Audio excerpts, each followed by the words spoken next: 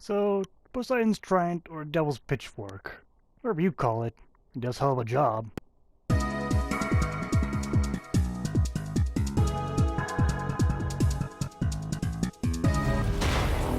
So, the Sydon, the new kid on the block. Well, it's a weird one, a pitchfork.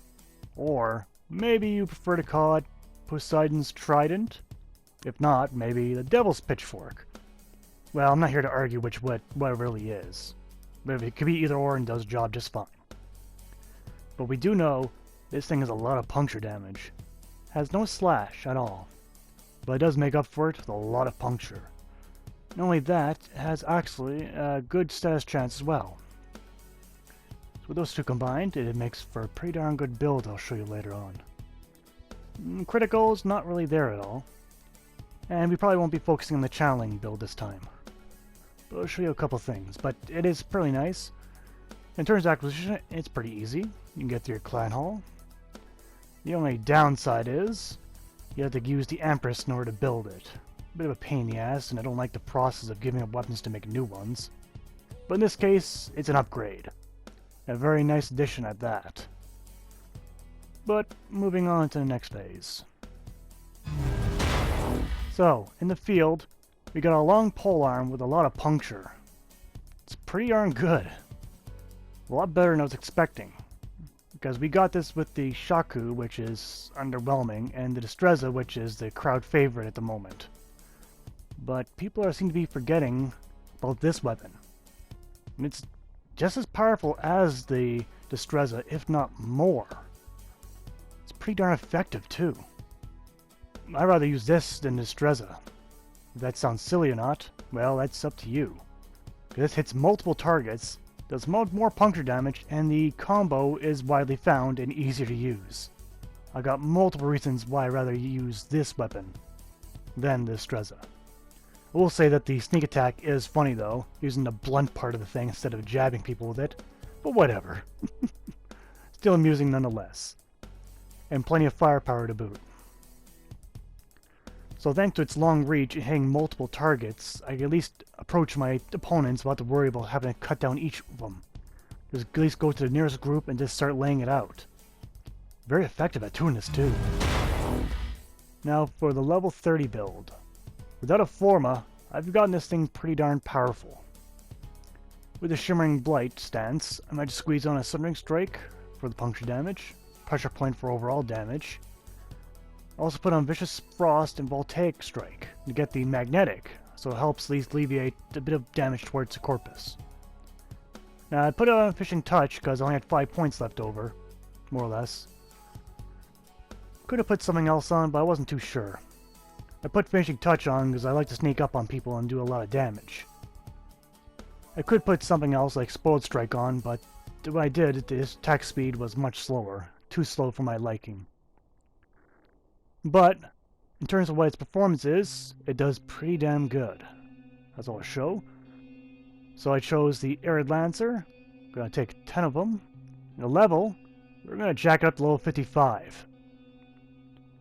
And with no Formas, I am able to kill a level 55 Grineer extremely quick.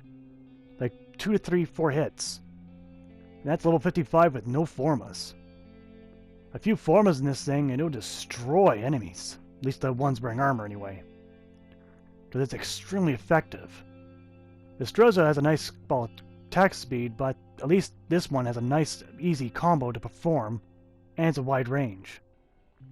Not to mention, the Destreza has a lot of thrusting to the front, and this one's not so much. It's more of a wide attack pattern. Much easier to use. I enjoyed using this a lot more than the Destreza. I think I mentioned that weapon too many times. But it's so easy to compare to since they both do so much puncture. But, moving on from that, we also tested against the Corpus, as I did put Magnetic, and it does have a good status build on there, and I have roughly 50% chance of magnetic damage. We'll jack them down to level 50 though, because it is not really meant to fight with Corpus since it doesn't do any inherent slash damage, and very little impact. But, when they all get into a group, it does work amazingly well.